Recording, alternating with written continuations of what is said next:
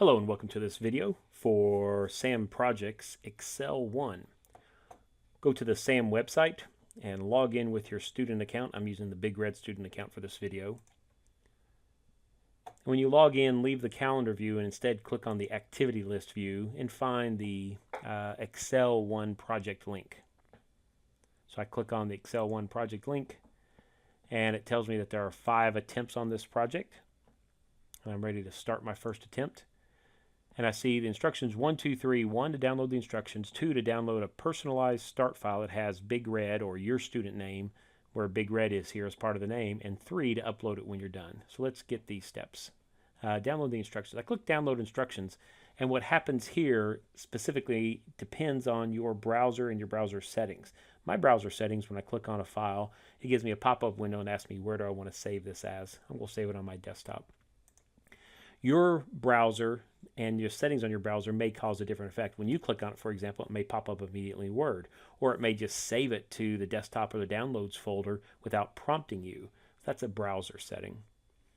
And if I go ahead and look at that file that I just downloaded, pull it up in Word, I get the yellow protected view bar, the yellow bar for protected view. That lets you preview the file without opening the file and exposing yourself to any viruses that might be in it. But I trust the file coming from the SAM site, so I'm going to say enable editing and let me have the regular file in a Word document. And what this tells us is there's some bookkeeping getting started items here at the beginning, and then a series of project steps that we're going to complete. So let's read through the getting started bookkeeping part first. First bullet tells us that you're going to open a file with a long file name SCEX161A. Underscore first last name. That's Big Red in my case, and it'll be your name in your case, underscore 1. And you'll download that from the website. Second bullet tells us that you're going to save the file or rename the file as underscore 2. The only thing you're changing is the underscore 1 at the end of the file name becomes an underscore 2. Okay. And they make a little comment here that if you don't see the .xlsx file extension on your machine, don't add the XLSX file extension. It's there, but your machine, depending on the settings, the way you're viewing your files, you may or may not be seeing the file extensions. But it's already there. All you do is change the 1 to a 2. That's the only thing you change. And the third bullet here is when you open the file, make sure your name appears, your first and last name appears in cell B6 on the documentation sheet. So I should see Big Red in my case on the documentation sheet there in cell B6, and you'll see your name on the file there as well. If you don't see your name on the documentation sheet in B6, then don't do the project. Download the file again and get a clean copy that has your name on it. So that's our bookkeeping. Let's go ahead and go back here and download that file now. So here it is. Again, I click on it, and the settings in my browser gives me a pop-up window to confirm I want it on the desktop. I save it there on the desktop. Now that it's saved on the desktop, I can change the file name there on the desktop, or I can open the file and change it doing a save as, either one. When I open the file, I get the yellow bar for protected view. Again, I trust this source. I'm going to say enable editing. I do, in fact, see the student name there in cell B1, just like I was expecting it to be, so that's good. And to change the name or location of a file, you do a save as. Save saves your changes to the existing file name. Save as allows you to change location or name. So I do save as. I'm going to stick it on my desktop, save it on my desktop, and I'm going to change the name from a 1 to a 2. So however you do that, you want to change only the 1 to be a 2. And now up here in the title bar, I can see that it's Big Red underscore 2. This is the file that I want to submit. Going back to my instruction document, we're ready to get started. Step 1 says Bob is the co-owner of Blooming Everywhere Delivery, a floral delivery service that's accessed exclusively through mobile apps, and he's preparing a report for his business partner on the company's financials for the year 2018 to 2020. Open the company analysis worksheet and use Autofit to adjust the width of column A. So let's leave the documentation sheet and go to the company analysis sheet, and I see in column A here that the text North Miami, South Miami, East Miami is not showing up because column A is not wide enough. Now I can manually resize column A to be as big or as small as I want it to be by grabbing it and resizing it. But the instructions say to autofit, and you autofit by putting the cursor between the columns. You get the little special icon there for your cursor, and just double clicking. And when you do that, it'll auto fit so that the widest text in the column appears, and there's a little bit of space to the right of it so that you can read the widest text in the column. A nice little feature, the auto fit feature. Step 2 says to select cell A1, enter the text blooming everywhere delivery, and then center the merged range A1, D1. So it's telling us that A1 to D1 is already merged, but it hasn't been centered. So let's enter this text, blooming everywhere delivery. I'm going to copy that and place that in A1. And I can see that A1 is already merged, but it's not centered.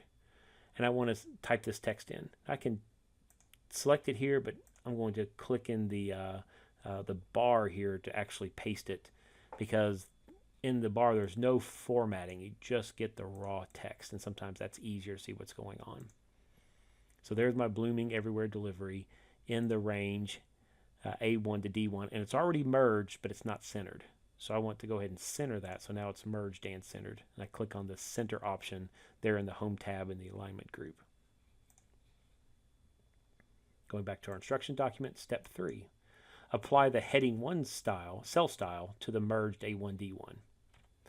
So A1, D1, I want to do a style here, and specifically a cell style. So that cell style, that cell style is here in the home tab. In the styles group, we have cell styles, and the heading 1 is what we're saying. Now, if your Excel is wider, depending on how wide your Excel is, the banner looks a little different. So as I make this look wider, you can kind of see that to the point it's off my recording area.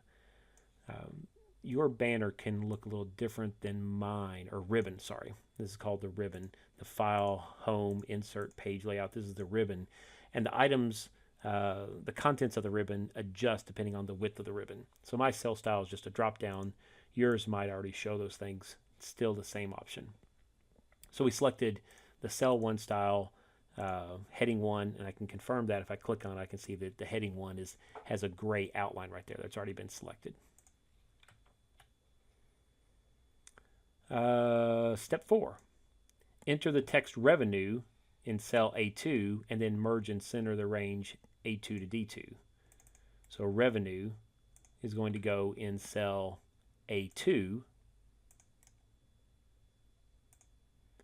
and then I'm going to go ahead and get rid of any extra spaces that were there, and then I'm going to merge and center. So I type that in A2 first, and then I select the range A2 to D2, and in the home tab in the alignment group there's a merge and center, and I press merge and center, and it takes that revenue and merges and centers those cells into one cell where the text is centered. Step 5, clear the contents in cell E3. So back on my spreadsheet, E3 is right here, and I'm going to take that content and I'm going to delete it just by hitting the delete key, or by coming over to the editing and say the clear key for the selected cell.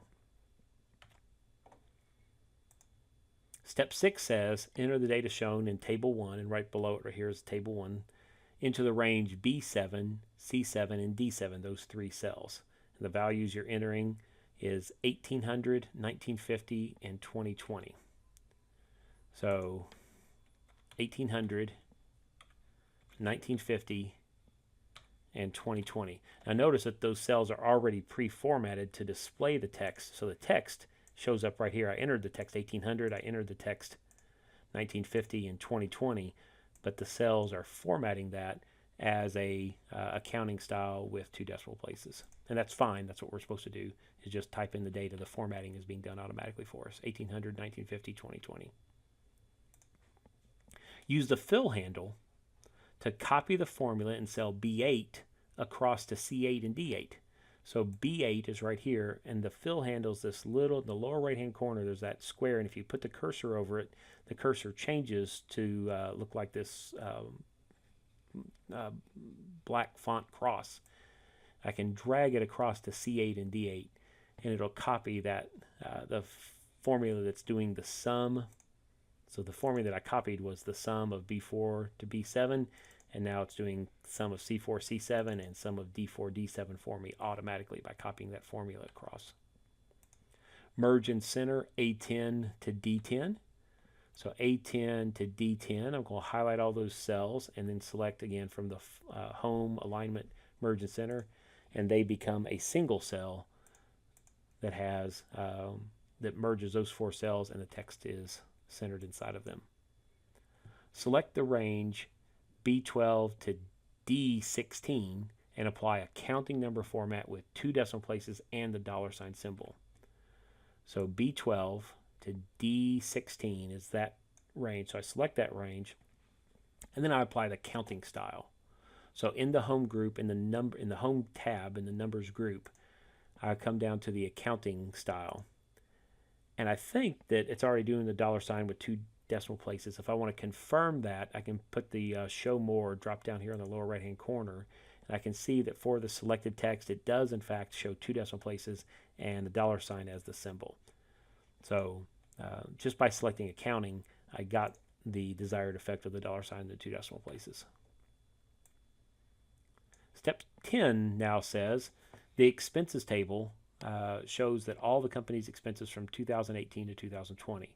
Bob wants to calculate the total expenses by adding up total expenses for each year. In cell E16, create a formula using the sum function to calculate the total from 2018 to 2020, which is B16 to D16. So in cell E16, which is right here, I want to calculate B16 to D16. And it says use the sum formula. Now to use a formula, to use a function, the sum function, you have to begin with an equal sign. Equal signs gets Excel's attention. So I say equals, and then I say the name of the function sum. And you can see that Excel is helping out here by giving me a context menu that's telling us it knows we're expecting a formula because of the equal sign. And from what I've already typed, it's saying, do you want the sum if, the sum product, and so on. I just want the regular sum, and then a left parenthesis to say the arguments that I want to, the cells that I want to sum up. And then just by mousing over and clicking and releasing, I can select B16 to D16 visually. And I can see that they're highlighted as well as seeing them in my formula there. You don't have to type the right parenthesis before you press enter, but the idea is that there's a right parenthesis there and you press enter. Excel will probably add that right parenthesis for you if you don't type it automatically. Step 11 says to update the formatting of the merged range A18 to D18 by doing the following. So A18 to D18, we're going to make 4 steps to it. We're going to bold, Calibri, 13 point, and the font color to green accent 6, darker 25%. So A18 to D18, which is right here. Okay. It's already merged. We're going to do those things that they said. And the steps were bold, Calibri 13. So turn on bold by in the home group, selecting the bold option. Calibri by going from the drop-down list, finding Calibri. And 13. Now 13 is not an option in my list. I've got 11, 12, and 14. If I say the get bigger option, increase font, it jumps up to 14. So in this case, I have to actually type in 13 manually. Click there and type 13. Not done yet though, because in addition to bold, Calibri 13, letter D says to change the font color to be green, accent 6, darker 25%. So for the cells selected, going to the font color, on the drop-down list, I have to go into the themes all the way to the end for accent 6. In this case, for this particular theme, green is the accent 6, and darker 25%, I just have to scoot down. I think that one's it right there, and it is. When I see the context help telling me that's what I want, I select it, and I have the value. I have the correct font color. Step 12 says, the company's competition and taxes have increased through the years, and Bob will only recommend continuing to grow the business if the profit increases every year. In cell D20, create a formula without using a function that calculates the profit earned in 2018 by subtracting the expenses in B16 from the revenue in B8. So we're going to do a formula that doesn't use a function, and then we'll use the fill handle to copy it. So how do we do that? Well, in this cell, right, in B20, we want to do a formula that takes the expenses and subtracts those from the revenue. So we do this by beginning with an equal sign, just like we did a built-in function. But in this case, we're not using sum or count or average. We're doing our own formula using plus, minus, multiplication, division, basic math operators, and the cells. And I want to say revenue B8 minus expenses B16. And I get the value there, 8,455. And I can eyeball check that 9,700 minus 1,245 is 8,455. Then the instructions tell us to copy that across. So select the formula and use the fill handle to copy that across to C and D20. Step 13 says change the tab color of the company analysis worksheet to be orange in the standard colors palette. I do this by right-clicking on the worksheet tab here at the bottom and changing the tab color. Now there's theme colors and then there's standard colors, and here we want to use the standard color orange. If I hover over that, I see that it is in fact the orange.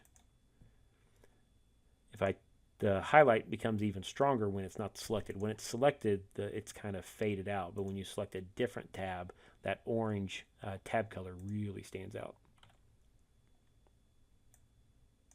Step 14 says to select the clustered column chart with the title Blooming Everywhere Delivery 2018 to 2020 Revenue, and update the chart by doing the following thing. Change the chart style to be style 5, and change the chart to move on its own chart sheet. So two things there.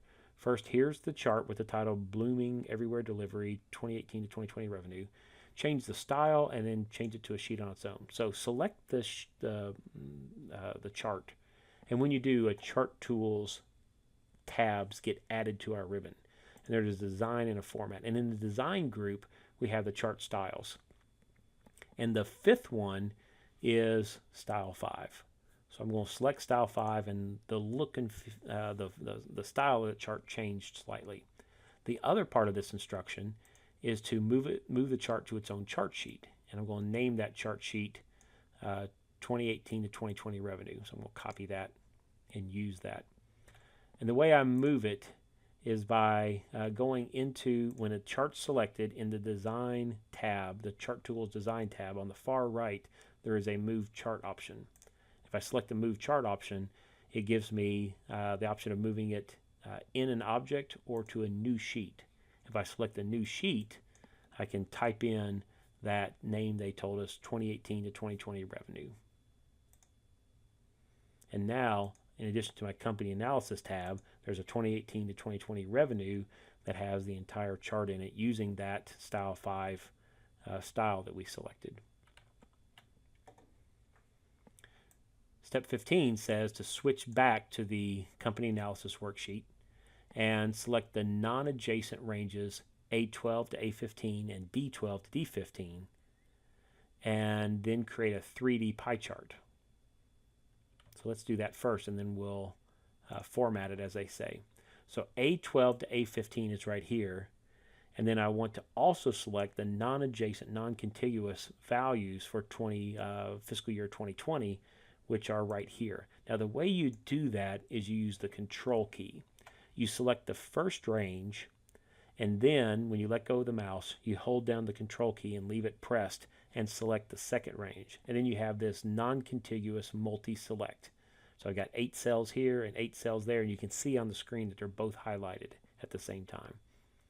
With the labels and the data for our pie chart selected, go under the Insert tab, and under Recommended Charts I can find it, or because I know I'm doing a 3D pie chart, it's under this pie chart option, I'm going to click the More down arrow by the pie chart, and I'll see a 3D pie chart is right there. Going back to our instructions, we want to do three things. I want to say expenses in 2020. I want to make that the title placeholder, the chart title. So here in the chart title, I'm going to select and delete all that, and then I'm going to paste in the title expenses in 2020. Change the chart style to be style 3, so with the chart selected. And if you select the pie within the chart's still selected, but kind of be careful what you're doing there. Select the chart itself by just clicking the white space in the upper left-hand corner. And style 3, I believe it said, which is right there, style 3. It's a nice looking pie chart with percentages in the slices. And then finally, move the chart to its own sheet, 2020 expenses. So as before, with the chart selected, in the design tab on the far right is a move chart option. Select that move chart option, a new sheet, and call that 2020 expenses. And there's a space in there, but I'm not going to put that space in. I think it would not hurt it to have it, but I'm making sure that I don't have any white space at the end. So now I've got the chart, the bar chart and the pie chart and the chart company analysis. Your worksheet should look like this final figure. So there's my company analysis. I can see the colors there. I can see all the values look right. 30,060 and 30,060 for my total profit. That looks good. And I can see that the bar chart and the pie chart look like they're supposed to look as well. Okay. These instructions say your worksheet should look like the final figure.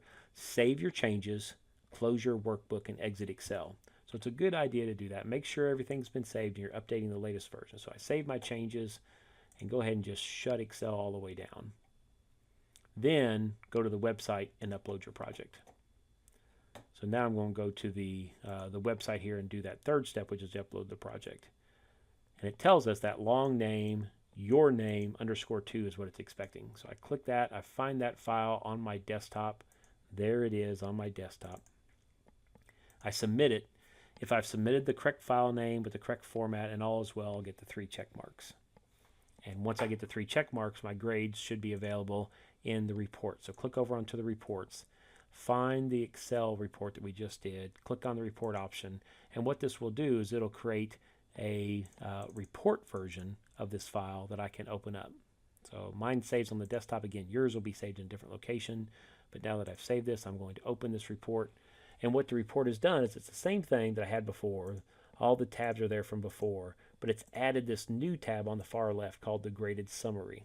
And the graded summary, at the top of it, it shows me my score, 100 out of 100. And if I didn't have a perfect score, I could scroll down and I'd have a red X by the step or sub-step that I missed. And I could use that feedback to keep resubmitting. But in this case, we don't need to because we got a perfect score.